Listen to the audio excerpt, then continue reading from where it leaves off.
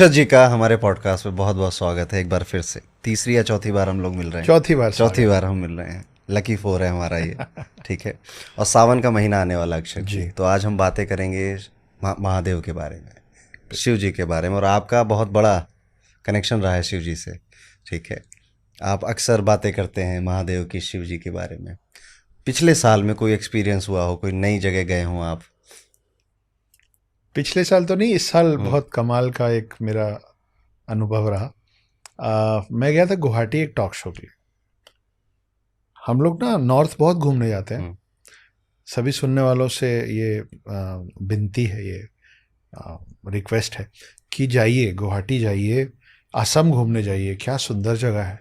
हम लोग कम बातें करते हैं उन जगहों की, और वहाँ पे कमाल के मंदिर हैं अरुण भाई।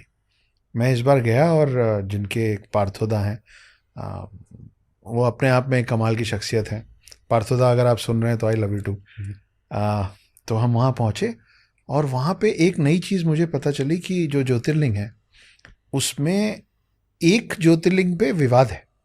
मतलब कन्फ्यूजन है। विवाद गलत शब्द है, कन्फ्यूजन है। क्योंकि गुवाहाटी में भी एक भीमा शंकर मंदिर है, हम्म। और वहाँ के लोगों का मानना है कि ये असली भीमा शंकर है। ओके। जबकि हम जो इधर के लोग हैं सब, हम मानते हैं कि भीमा शंकर पुणे पुणे में। में। तो जब मैं वहाँ गया तो बोले भीमा शंकर मंदिर में। बोला भीमा शंकर यहाँ नहीं है, पुणे में। वो मुझे लेके गए। मैं उस भीमा शंकर मंदिर को देखा। उस भीमा शंकर मंदिर की अपनी कहानी है कि जो राक्षस भीमा था उसको शंकर कैसे मारे। वहाँ पे एक अपने आप बनी हुई जो शिवलिंग है, नदी बहरी गंगा के बीच में बना हुआ है। बहुत अद्भुत चीज़ थी। बहुत अच्छे से पूजा वूजा हुई। एक वो, फिर कामाख्या तो जाना ही था, तो हम कामाख्या गए। कामाख्या से जब निकल रहे थे तो वहाँ के कुछ लोगों ने बोला कि अगर आप कामाख्या आ गए तो आप उमानंद मंदिर जाइए। तो हमने बोला वो भी कर लेते, कहाँ है? तो पता चला ब्रह्मपुत्र नदी के बीच में एक टापू है, हम्म। और बहुत तेज बहाव है अभी ब्रह्मपुत्र में। तो उसके बीच में एक टापू है, नाव से जाना पड़ता है। नाव से वहाँ पहुँचे, बहुत सुंदर मंदिर।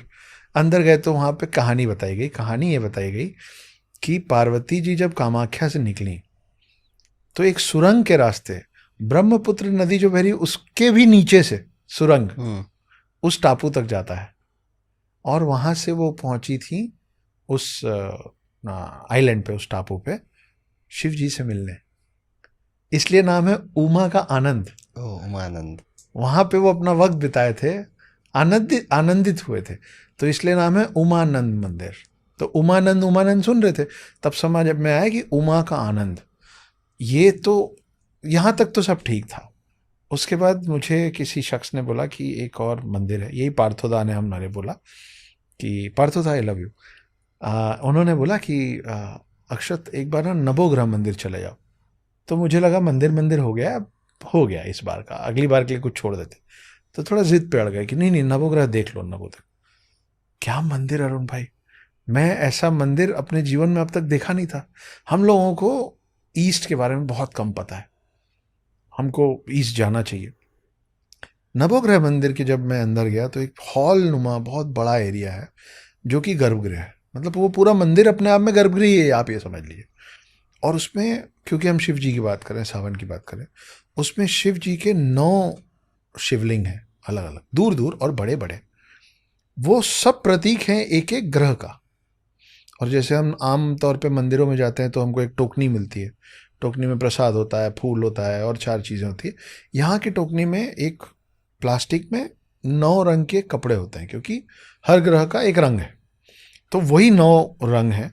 आप उस मंदिर के अंदर जाएं, हर शिवलिंग के साथ एक पंडित जी बैठे हुए हैं, और वो सर्कल में है, पूरे 9 ग्रह, मतलब 9 शिवलिंग सर्कल में। और सब शिवलिंग के साथ एक पंडित जी बैठे हैं, और वहाँ पे बताया जाता है कि ये वाला ग्रह, ये वाला ग्रह, ये वाला ग्रह। साथ में आपको तेल दिया जाता है, और आपको आपके लोगों ने जिस भी ग्रह की पूजा कराने, ग्रह शांति की पूजा जो भी कराना, आप उस लाइन में लगिए, आपकी बारी आएगी, आप वहाँ बैठ के अपनी पूजा करेंगे। और बाकी भी सब में वो कपड़ा और सब में तेल चढ़ता है। आपने अभी पूजा की बात करी ना अक्षर जी, पिछले कई सालों से जब ज्योतिष शुरू किया था या अरुण पंडित की जब शुरुआत हुई थी, तो एक क्वेश्चन आता था कि रुद्राक्ष कहाँ से लें, जेम स्टोन कहाँ से लें, क्योंकि ये ज्योतिष से जुड़े हुए सब्जेक्ट्स हैं। और लोगों के मन में रहता है असली नकली है नॉल ये मिलेगा अभी कि हम बात भी कर रहे फिर थे। उसके बाद इसमें इसकी पूजा कैसे करें, इसका रख रखाव कैसे करें, इसलिए हमने ये जेम्स मंत्रा की शुरुआत की थी, जी। जिसमें हम इसी प्रॉब्लम को केटर करते थे। और अब जो हम प्रॉब्लम बहुत टाइम से तो मैं इसको सॉल्व नहीं कर पाया, लेकिन अब हमने कर ली है। पूजा, कई सारे लोग पूजा कराते हैं, और अभी तो आप देखोगे तो नॉर्थ बेल्ट में तो कमर्शलाइजेशन हो चुका है पूरा, ठीक है, वो कमर्शलाइज हो चुका है पूरा, साउथ में अभी भी बाकी है। तो अभी ये इनिशिएटिव हमने शुरू किया है कि हम आपकी पूजा सही जो शास्त्र अनुसार है उस ढंग से कराएंगे, क्योंकि लोग समझते नहीं है इस बात को कि आप आए, आप मेरे घर पे, हम मैंने खाना परोस के रखा पर आपने खाया नहीं, ठीक है, तो मेहमान मेरा भूखा पेट ही गया है। तो ऐसे ही हम पूजा भी कर रहे हैं आजकल, हम जा रहे हैं, हम पूजा कर दे रहे हैं, पंडित जी जो बोल रहा है हम भी वो कर दे, उन्हें भी जल्दी है, आपको भी जल्दी है, लोग बैठ नहीं पा रहे पूजा में, ठीक है। तो क्या आपकी पूजा आपके डाइटी ने एक्सेप्ट की? आप तो आ गए कि चाहे वो फिर काल सर्प की पूजा हो या फिर वो आपके मार्केस की पूजा हो, किसी भी चीज़ की पूजा हो, आप रख आए पर उन्होंने ग्रहण किया या नहीं किया, क्या सही विधि से पहुंचाया था उन तक या नहीं पहुंचाया था। तो अभी हम मेरा ये इनिशिएटिव है कि पूजाओं का जो महत्व है वो वापस से लाया जाए। पूजा सच में बहुत पावरफुल होती है, लोग बस उसे ढंग से कर लें या पंडित जी से करवा लें, ठीक है, तो वो काम करती है पूजा, उसके रिजल्ट मिलते हैं उस पूजा के। आप देखो जितने ऋषि मुनि राजा हुआ करते थे सब सूरमेघ यज्ञ हो रहा है, राजसूय यज्ञ हो रहा है, राम जी ने भी किया, सब ने किया, पांडवों ने किया, यज्ञ यानी पूजा। उसके बाद हम उस डाइटी से करते हैं कि हमारा साथ देना, हमारा साथ निभाना, और वो सुनते हैं, वो जो हविष चढ़ाते हैं ना हम यज्ञ में, वो उनका भोजन है देवताओं का, ठीक है, लेकिन बस क्या वो सही तरीका है? हाँ, वो करना है 500 एक बार, आपने 51 में निपटा दिया, यस, तो आधा ही पेट खाना मिला ना। और उसके बाद यहाँ पे इंसानी दिमाग है कि अरे पंडित जी आप तो 500 रुपये ज़्यादा मांग रहे हो, ठीक है, 250 में कर लेते हैं, ठीक है, यहीं पे सारे पैसे बचाने लोगों को। तो इस सब चीज़ों से निकलकर हमने ई पूजा की सर्विस शुरू करी है और लोगों को इससे बेनिफिट मिले। फिर मेरा नेक्स्ट है यंत्रों पर। लोग भूल गए हैं कि यंत्र कितने पावरफुल हुआ करते थे, लोग भूल गए हैं यंत्रों का इस्तेमाल कैसे किया जाता था। यंत्र आपके प्रोटेक्शन के लिए बनाए गए थे, आज वो शो पीस की तरह रह गए हैं कि दिवाली हुई तो ये कुबेर यंत्र खरीद ले, घर में चिपका देंगे कहीं पर। नहीं, ऐसा नहीं होता, आपको यंत्र अपने खुद बनाने चाहिए, यंत्र का प्रोसेस। तो अभी ये वाला प्रॉब्लम सॉल्व किया, फिर हम यंत्रों पर भी जाएंगे और फिर अगला पॉडकास्ट में मैं आपको यंत्र के ज्ञान दिया करूँगा। बिल्कुल, हम सुनेंगे। तो ये ऐसा वाला पॉडकास्ट नहीं है भाई, शुरू अभी अब आपको बता दे रहे हैं, शुरू में हमारी बात हो रही, इसके बाद अभी बहुत सारी बातें बची। ये ऐसा नहीं है कि एक व्यक्ति सवाल पूछेगा और दूसरा व्यक्ति जवाब देगा, हम दोनों बैठ के बतिया रहे हैं आप लोगों के लिए, है ना। इसमें से जिसको जो अच्छा लगे आपका हो। हमारे दिमाग में एक सेटअप है ना कि मंदिर मतलब ऐसा, वो कुछ और ही था। उसके अंदर जाके भी कमाल की फीलिंग थी, उमानंद जाके सच में आनंद आया। कामाख्या के बारे में हम सब ने काफ़ी बात कर चुकी है, उसमें कुछ नया है नहीं बताने का। असम जाइए, बहुत सुंदर है। मैं इस पॉडकास्ट के बाद वहीं निकलूंगा। असम जाइए और कश्मीर जाना छोड़िए मत, पहलगाम जाना छोड़िए मत।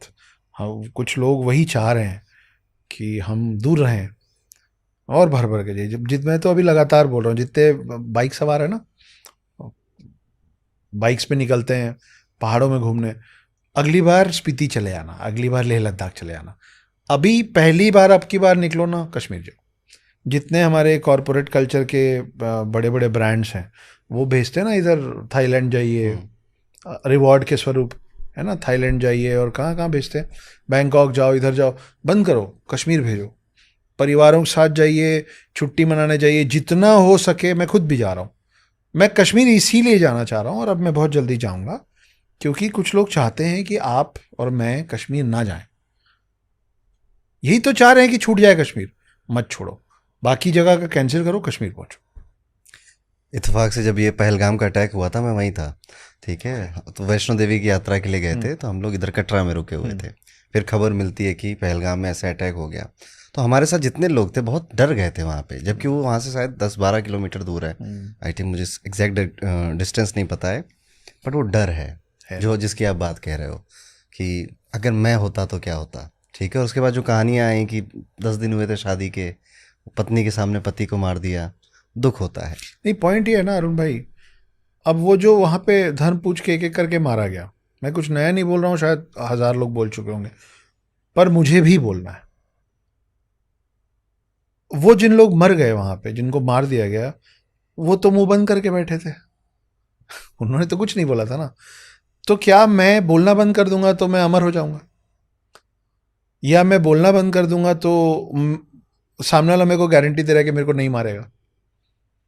जयपुर में कन्हैया कुमार ने एक अपना स्टेटस में लिख दिया था कि आई सपोर्ट नुपुर शर्मा, इतना ही लिखा था ना, जो जिसको चाहे सपोर्ट करे।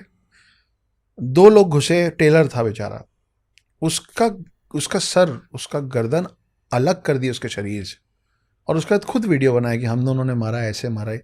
उन एक खड़ा हो गया कि नाप लो, जब वो नाप रहा था तो दोनों ने पकड़ के उसको उसी की दुकान में अलग कर दिया। कि गलती क्या थी, स्टेटस में डाला था आई सपोर्ट नुपुर शर्मा। ये 2-3 साल पहले की बात है। मेरे को बात इतनी झंझोड़ गई है ना वो बात, कि मेरे को लगता है कि अगर उस एक टेलर के मरने से मेरे जैसे आदमी को और वो आ गया कि मैं बोलूंगा, तो जिस दिन मैं मरूंगा तो सोचिए कि कितने अक्षत गुप्ता बनेंगे, क्योंकि उसको तो कोई नहीं जानता था। तो आप नहीं बोलेंगे तो भी आप जाने वाले, तो फिर मैं तो बोल के जाऊंगा।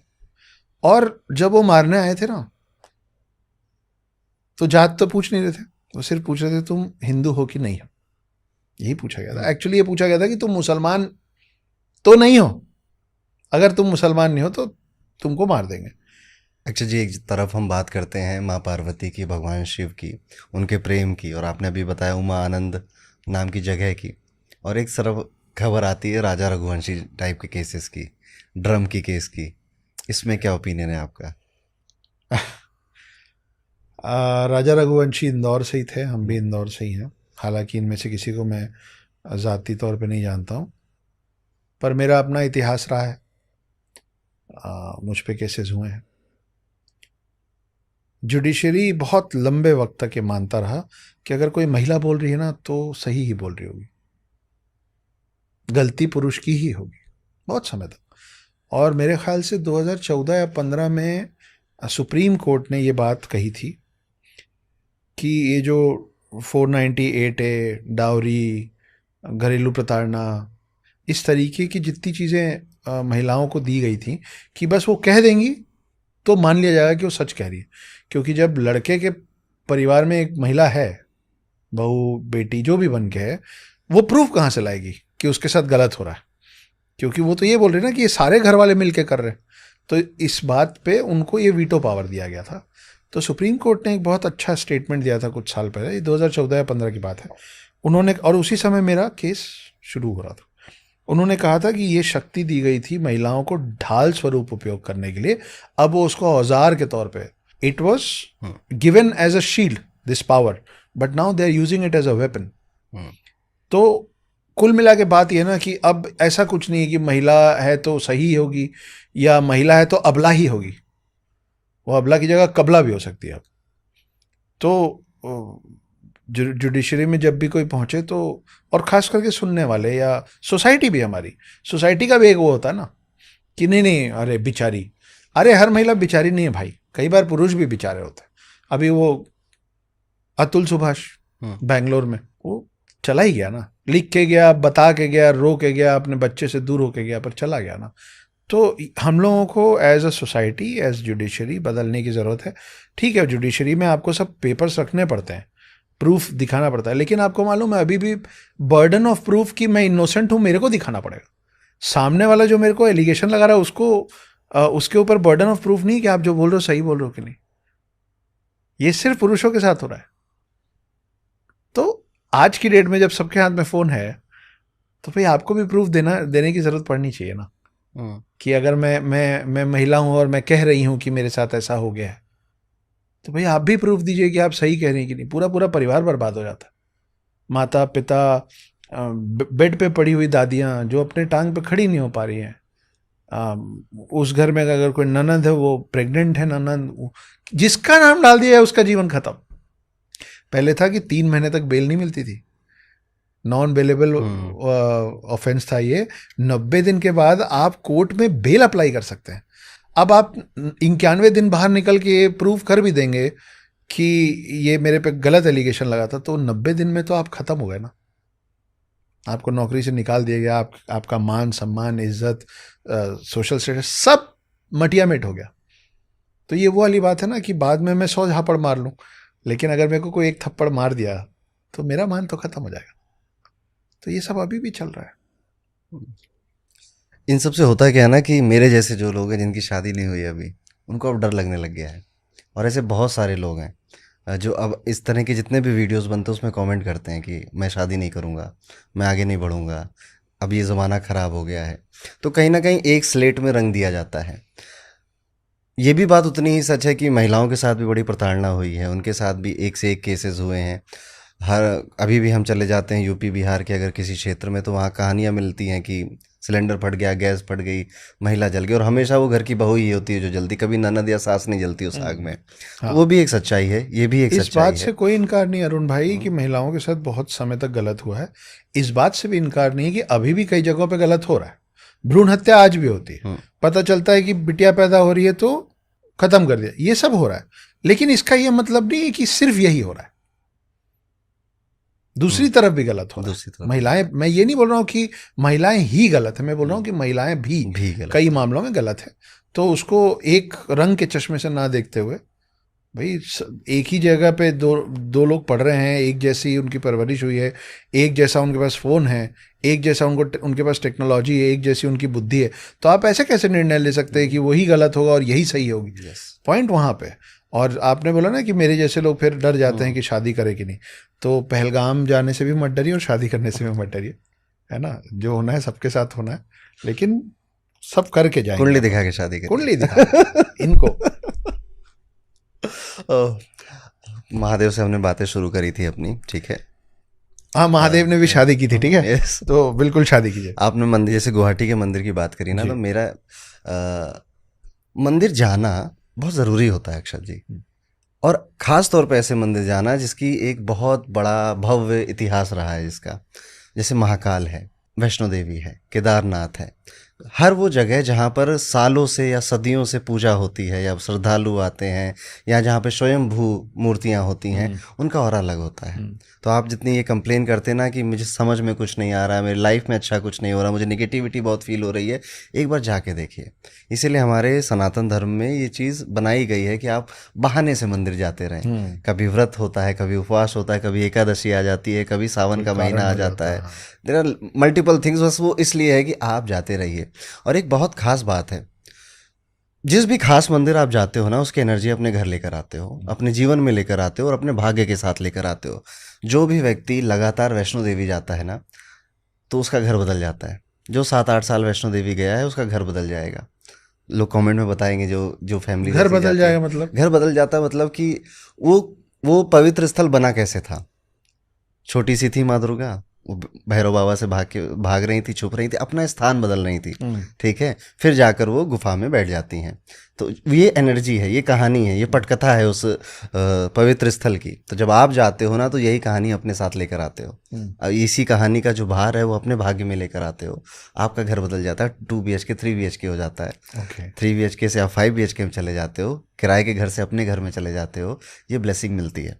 और ऐसी ब्लेसिंग जो लोग महाकाल जाते हैं, महाकाल वो लोग ज़रूर जाएं जिनको लगता है कि अब इसके आगे मुझे कुछ समझ नहीं आ रहा है, इसके आगे क्या होगा मुझे कुछ नहीं समझ में आपका आएगा। अनुभव बताइए जब आप गए थे। मैं महाकाल गया था 2022 में, ठीक ठीक है। है। तब बहुत छोटा छोटा सा ही नाम था, ठीक है, हमारा काम में, और नहीं समझ में आ रहा था कि और हम क्या करें आगे, ठीक है। पर मेरा बर्थडे भी पड़ा था उस समय, इत्तेफाक से सावन का सोमवार भी पड़ गया था, तो वहाँ पे मतलब गए। आपका जन्मदिन आने वाला है? हाँ जी, मेरा अगस्त में बर्थडे होता है, ठीक है। ओके। तो सावन के सोमवार में वहाँ पे गए थे, और एज़ यूजुअल सावन में बहुत भीड़ होती है, ठीक है। और असली आपकी परीक्षा आपकी भक्ति की उसी समय होती है कि आप कितना पेशेंस रखते हो। कई लोग, मेरे घर में भी कई लोग थे, मामा फैमिली से भी साथ में गए थे, तो अरे हम नहीं जाएंगे, इतनी भीड़ है। ये वहाँ पहुँचने के बाद ये होता है लोगों को कि बहुत भीड़ है, ये है वो है। सुख की आदत लग गई ना बहुत ज़्यादा, लेकिन जाना था, मेरी मम्मी बड़ी थी कि जाना है जाना है जाना है। तो हमने महाकाल के दर्शन करे। फिर पता चला कि शाम को नाग नागेश्वर का मंदिर खुलता है, नाग पंचमी का दिन था, वो महाकाल के ऊपर है, ठीक है। और वो साल में सिर्फ एक बार खुलता है, ओके। और वो रात में खुलता है, ठीक है। आपने अगर दर्शन कर लिए तो कर लिए, नहीं तो 1 साल और इंतज़ार करो, फिर मिलेंगे उनके दर्शन। वो नाग नागेश्वर है। बताया जाता है कि 6वीं या 7वीं शताब्दी की वो मूर्ति है, वो अलग से नेट पे मिल सकती है आपको, और ज़्यादा प्रचलित नहीं है, ज़्यादा फेमस नहीं है, वहाँ के लोग ज़्यादातर जानते हैं इस बारे में। उसका मैंने 9 घंटे लाइन में खड़ा रहा मैं, ठीक 9 है। घंटे? 9 घंटे लाइन में खड़े रहे, और 0.9 सेकंड के लिए दर्शन हुआ, और उतना ही क्या काफ़ी बात था। करते हैं! यस, उतना ही काफ़ी था। सोचिए, आज मुझे एक कहानी याद है ना, आज मुझे नागेश्वर याद है। 9 घंटे खड़े 9 घंटे लाइन में खड़े रहे। एक अच्छा खासा था, और फिर वो जैसा होता है चलो चलो आगे बढ़ो आगे बढ़ो, उतने पॉइंट के लिए सेकंड हुआ। पर उसके बाद जीवन काफ़ी बदला। अच्छा। काफ़ी चीज़ें जो नहीं समझ में आती थी वो समझ में आने लगी, अपॉर्चुनिटीज सामने से आई। तो महाकाल जाने से, उस धरती पर जाने से ये फ़ायदा ज़रूर होता है, ऐसा मेरा अनुभव है। इसीलिए मेरा ये कहना है उन सभी को जिनको जीवन में तरह तरह की समस्याएं हैं, जीवन का दूसरा नाम ही प्रॉब्लम है, मंदिर ज़रूर जाइए। जिनको भी आप मानते हो, जो पवित्र स्थल हैं, जैसे हनुमानगढ़ी है, अब तो अयोध्या में राम जी भी आ गए हैं, वहाँ ज़रूर जाते रहिए। मैं अभी एक और जगह गया था, मैं गया था शनि शिंगणापुर, हम्म, अब भी रिसेंटली। वहाँ मेरा कुछ शूट आ गया था, तो वहाँ भी बहुत अच्छे दर्शन हुए। वो उसकी भी बड़ी कमाल की कहानी। शनि शिंगणापुर में किसी के भी घर में ताले नहीं लगते ना। मैं इस बार देख के आया, लोकल से मिल के बात करके, ना एटीएम में ताला है, ना बैंक में ताला है, कहीं ताला ही नहीं है। तो बड़ा मज़ा आया। और उस शनि शिंगणापुर के ऊपर छत नहीं है। तो कहानी है कि शनिदेव खुद आके बोले थे कि मैं सूर्यपुत्र भाई, तुम मेरे सर पे छत डाल दोगे तो मेरे को आशीर्वाद कैसे मिलेगा पापा का। मेरे को खुले आसमान के नीचे छोड़ो। तो आज भी शनि शिंगणापुर का जो वो पत्थर है जिसको स्वयंभू माना जाता है, वहाँ से वहाँ के लोगों के द्वारा, वो धूप में ही खुले, बारिश है, धूप है, ठंडे जो है, आपको लाइन में खड़े होकर करना पड़ेगा। कमाल कमाल की कहानियां हैं भारत में। अरे आपने सर की बात करी ना, एक दिलचस्प बात याद आ रही है। आप देखोगे जितने भी धर्म हैं, उन सभी के धर्मों में आपके सर पे टोपी पहनाई जाती है, हाँ, या फिर घूंघट रखा जाता है, या पल्लू रखा जाता है। चाहे हिंदू धर्म हो, इस्लाम हो, या फिर जुइज हो, कुछ भी हो, सिख हो, सर ढका जाता है। कोई भी पवित्र स्थल है वहाँ पर आप अगर जा रहे हैं तो सर ढकना पड़ेगा। मंदिर भी जा रहे हैं, गुरुद्वारे जा रहे हैं, आप मस्जिद जा रहे हैं, सर ढकना पड़ता है। तो हमेशा से सभी धर्मों में एक बात ये कॉमन है, और ये इसलिए कॉमन है, यहाँ पे आपका क्राउन चक्र होता है, इसको हमेशा प्रोटेक्ट किया जाता है। इसीलिए ज्योतिष में भी कई सारे उपाय बताए जाते हैं, जैसे जिनका राहु 10वें घर में, राहु पहले घर में है, सर ढक के चलें, टोपी लगा के चलें, ठीक है, कपड़ा रख के चलें, क्योंकि सबसे पहले किसी भी एनर्जी से अफेक्ट होता है आपका क्राउन चक्र, सबसे पहले अफेक्ट होता है। इवन आप जैसे देखो ना, सर्दियों में अगर पहाड़ों में चले जाओ तो बीमार पड़ जाते हो, सर में ठंड लग गई है, सर में ठंड लग गई, ठीक है। तो आपका ये जो प्लेस होता है, ये एनर्जी अब्जॉर्व करने के लिए सबसे सेंसिटिव एरिया होता है, एंटीना है, सही कह रहे हो आप। इसलिए जब आप ध्यान भी लगाते हो ना, तो आप तब न सर को नहीं ढकना है, तब आपको ऐसी जगह बैठना है, जैसे पिरामिड में बैठकर ध्यान लगाने की पुराने टाइम से ये परिकल्पना चली आ रही है। उससे सबसे ज़्यादा एनर्जी आपके अंदर प्रवेश करती है, ठीक है। लेकिन जब भी आप किसी ऐसी जगह जा रहे हैं जिसकी एनर्जी आपसे हायर है, ठीक है, आपको सर ढकना चाहिए अपना, ओके। कई बार आप देखोगे, सुनोगे भी कि हम वैष्णो देवी गए, हम केदारनाथ गए, हम बद्रीनाथ गए, तो हमें तबीयत खराब हो गई। रीज़न यही है, क्योंकि वो एक हायर एनर्जी प्लेस है, आपका शरीर इतना झेलने लायक है नहीं, ठीक है। तो ये हो जाता है। चलिए, by the way, Arun ji बार बार बोल रहे हैं कि आप अगर विचलित हैं तो आप मंदिर जाए कीजिए, आपका शरीर झेलने लायक नहीं। ये मेरी बात नहीं हो रही है, सबकी बात हो रही है। रुद्र अवतारों पे कुछ बातें करें जी। 19 अवतार हैं उनके, शिव जी के। वो मैंने भी अपने एक पॉडकास्ट तो नहीं बोलूँगा, अपने चैनल में एक बार बोला हुआ है। बहुत कम लोग जानते हैं रुद्र के, महादेव के अवतार के बारे में। 19 नाम लोगों को नहीं पता है, जो मेन हैं उनमें से देखिए कुछ नाम ऐसे जिनके पीछे कोई बहुत ज़्यादा इंटरेस्टिंग कहानी नहीं है, इसलिए भी उन पर चर्चा कम होती है। लेकिन एक इंटरेस्टिंग बात यह है कि अश्वत्थामा भी शिव के अवतार है। ये हम लोग आमतौर पे अश्वत्थामा को हमेशा एक नेगेटिव लाइट में ही देखते दिखाते रहते हैं, लेकिन सच ये है कि वो भी शिव के एक अवतार है। हनुमान जी भी शिव के अवतार है। नंदी जिस पे वो सवार होते हैं वो भी शिव के ही अवतार है। आपने अभी हम बात कर रहे थे कि XYZ डायरेक्शन में लक्ष्मी जी और नरसिम्हा की फ़ोटो साथ में लगानी चाहिए। तो जब नरसिम्हा अवतार आए थे तो वो हिरण्यकश्यप को तो मार दिया, लेकिन तब तक वो बिल्कुल भूल गए थे कि वो कौन है, गुस्से में। तो वो बहुत ज़्यादा विध्वंस फैला रहे थे, तो उनको सब देवताओं ने रोकने की कोशिश की, लेकिन वो भूल गए थे गुस्से के कारण। तो उनको रोक पाना बहुत मुश्किल हो गया था। तो एक अवतार आया था, शरभ अवतार, जिसका चेहरा शेर का था, 4 पैर थे, पंख था, और नरसिम्हा अवतार से ये शिव जी का अवतार था, शरभ अवतार। और वो नरसिम्हा से इतना बड़ा साइज था उनका कि वो नरसिम्हा को एक हाथ में अपने पकड़ के उड़ गए थे शांत कराने के लिए। तो नरसिम्हा कितने बड़े थे, और फिर हम बोल रहे हैं कि शरभ कितने बड़े थे कि नरसिम्हा को एक हाथ में पकड़ लिए थे। तो वो इनके बीच में युद्ध हुआ था। हाँ, युद्ध हुआ, और 1000 साल चला था युद्ध, बहुत लंबा चला था युद्ध। इसका कोई, क्योंकि ना शिव जी जीत रहे थे ना विष्णु जी जीत रहे थे। शिव जी विष्णु जी के बीच में एक बार नहीं कई बार हुआ है, हाँ, अलग अलग कारणों से, और हर बार वो बाद में लास्ट में पैसिफाई हुआ है। अच्छी बात यह है कि ऐसी गलतियों में हमारे भगवान एक दूसरे से भी क्षमा मांग लेते हैं जब उनको रियलाइज़ होता है कि हाँ भले कोई मिसअंडरस्टैंडिंग थी पर मैंने तुमको गलत समझ लिया था, तो वहाँ पे भी एक दूसरे से मैं क्षमा प्रार्थी हूँ बोल के बात ख़त्म कर ली